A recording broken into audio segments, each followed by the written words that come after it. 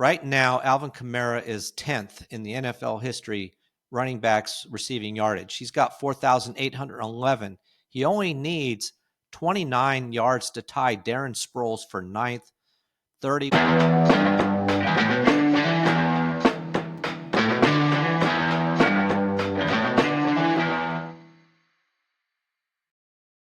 Welcome to Just the Stats NFL, the show that covers the NFL statistical leaders from the all-time greats to the current players leading the NFL. I'm Ernie Jennings, your host. And in this Week 5 pregame episode, we are looking at the New York Giants versus the New Orleans Saints. All right, let's begin with the New Orleans Saints, the home team. They are 0-4. Let's look at their top 10s. And every week, obviously, it's Kamara. Alvin Kamara has been moving up the all-time lists in various categories. He's already number one in rushing categories for the Saints. But when it comes to receiving, he's also moving up the list there. So in receiving yards for the New Orleans Saints, right now, Alvin Kamara is in 6th place. He's looking to catch Danny Abramovich, who's in 5th. Kamara needs 64 yards to tie Danny Abramovich. The problem Kamara's been having, he's getting the receptions, but he's not getting the yardage to go with it. His yards per catch is so low currently. So we'll see if that changes, if they somehow can improve that number. But he needs, like I said, 64 yards to tie Danny Abramovich for 5th place all time. Now, where he's also standing out big time is running backs, the top 10 all-time in NFL history category. As far as receptions go, he tied Tiki Barber last week with 586 receptions, so they are both tied for 5th place. Next up for him is Marcus Allen, which he should catch. He's in 4th with 587, so Alvin Kamara only needs 1 to tie, 2 to move into 4th all-time in NFL history as far as running backs receiving in receptions. Same goes for Kamara being in the top 10 as far as yards. And in this category, it's quite competitive. Right now, Alvin Kamara is 10th in the NFL history running backs receiving yardage. He's got 4,811. He only needs 29 yards to tie Darren Sproles for ninth. 30 would get him the lead all by himself in ninth place. And in fact, he's not even that far from Herschel Walker. He needs 48 yards to tie Herschel Walker. And again, like I said, he hasn't been getting many yards. He's been getting the receptions, but not yards. So we'll see how he does. He needs to improve because Christian McCaffrey is already in 12th. Right now, he's only 40 yards behind Alvin Kamara, and he has been racking up the yards and receptions. So Alvin Kamara could be passed at some point in this season by Christian McCaffrey, but they'll both be in the top 10.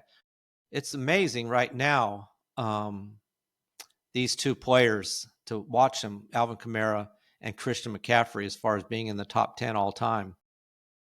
All right, that's it for the top 10 for the New Orleans Saints. Looking at key injuries for this team, it's tight end Juwan Johnson. His ankle is an issue. He did not practice, so we'll have to watch.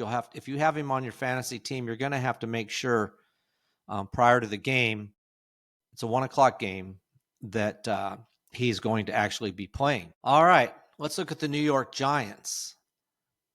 For the New York Giants, they are 1-3 right now with that big win last week over the Chargers of all people. They have no top 10s currently. Key injuries for this team, unfortunately, is wide receiver Malik Neighbors. After all the big change to Dart and Scatterbo now being the running back, and then you were going to have Malik Neighbors as the top wide receiver for Dart to throw to early in the game, tore his ACL. He's out for the year. That's very unfortunate for Giants fans, that team. Also, running back Tyrone Tracy still out with dislocated shoulder. Don't know when he'll be back. So those two are out. That is a look at the top 10s in this category. Let's look at the fantasy positions here. For fantasy purposes, Starting with the quarterbacks, well, you're definitely not going to start, probably won't start either one of these quarterbacks. Rattler's 16th ranked quarterback right now. He's had one top 12, no top 5 so far. He scrambles a lot. He puts up a good effort, but so far his issue is not throwing the ball down the field. They're just not racking up any kind of real yardage. He's got 5 touchdowns, 1 interception, so he's not too bad there. 765 yards so far in 4 games. So honestly, that's less than 200 yards a game. So you're not getting much out of him there. Gets sacked a little too much as well. A couple sacks a game. So I would not start him unless you just have to. Now, Jackson Dart, he's the 37th ranked quarterback right now. He does have one top 12, but obviously this last game. Now, he's another one. I don't know that you want to start him either. He does rush the ball a decent amount already, so that's good. But he's only got 111 yards passing. So I don't expect much out of him in the passing game. And if you saw the last game, for the Giants when they beat the Chargers, they beat the Chargers by running the ball. So I don't think I'd start either one of these quarterbacks. Now, when we're looking at the running backs, Alvin Kamara is usually somebody you can be confident to start because he catches a lot of passes. But now that he's having issues getting any yardage off of those, it makes it difficult. So far, no top 12s for him in his first 4 games. He does have 2 top 24 games.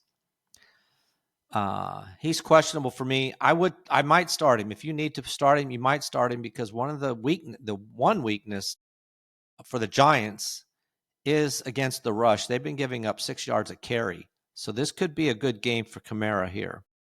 Now, as far as Scatterbo goes, 2 top 24s and 1 top 12 so far, and they gave him the ball a lot. I expect to see that be the same thing they do this week against the Saints. It shouldn't be a blowout either way. So I think that Scatterbo would definitely be somebody you want to start. Now, one other sneaky play might be Miller for the New Orleans Saints. Right now, Kendre Miller has had 1 top 24 game, and he's somebody to watch. You might put him in there because he's starting to pick up a little bit more of the running game aspect for the New Orleans Saints. So we'll have to see if he takes over even more of that category. So if you're really hurting for a running back, maybe Kendre Miller for the Saints would be a guy against a Giants defense that might be susceptible to the run. As far as wide receivers go, you're probably, now that there's bye weeks, you might have to start one of these wide receivers, but I'm not sure that I want to start any of them for either team. Right now, Olave is 27th right now. He's had 1 top 24 game. So he's not that great. And Shaheed also, he's 36th ranked wide receiver right now, 0 top 24 games. And then if you're looking at the Giants, Robinson will be the guy now because of Neighbors being out. But right now he's 28th ranked. He has 1 top 12. He had 1 big game so far, and the other ones have not been that great. But like I said, without what am I thinking of? Without Malik Neighbors there, he will be the guy. So he might be a spot starter. You can probably pick him up in a lot of leagues because he just hasn't performed except for that 1 game. Now, another sneaky one would be Slayton, who is will be their second wide receiver. He's been on the team for quite a few years, since I think 2019. He's reliable. I don't know that he's going to be much to go with, but for both of these teams, I don't think I'm starting any of these wide receivers because I think this could be a game where there's a lot of running the football, and I just don't know how much these wide receivers are going to get used. Now for the tight ends, interesting here that you have Juwan Johnson, who's number 7 right now, but he's been dropping a little bit since the start he's had. But he does have 2 top 5 weeks and 3 top 12s out of 4 weeks. Now, like I said, you're going to have to watch because he's had an ankle issue. So we'll have to see what's the deal with that. But he's definitely, if he's able to play, he's definitely been a good outlet for Rattler. So if anybody's going to catch a pass, it could be Johnson. Now, for the Giants, you have another Johnson, and it's Theo Johnson. He's got no top 10s right now, no top 5s or top 12s, I mean. But there is a possibility that you might see him used a little bit more. He had 3 catches on 5 targets for only 17 yards, but 1 was a touchdown. That's the tied for the most receptions he's had this year so far. 3 catches. So maybe with Dart being the quarterback, you might see him used more than he has been. I don't think I'd play him either because, like I said, I think they're going to run the ball as much as they can.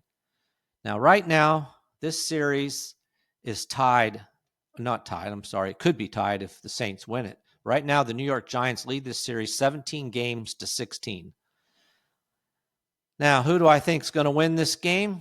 I do think the New York Giants are going to win this game.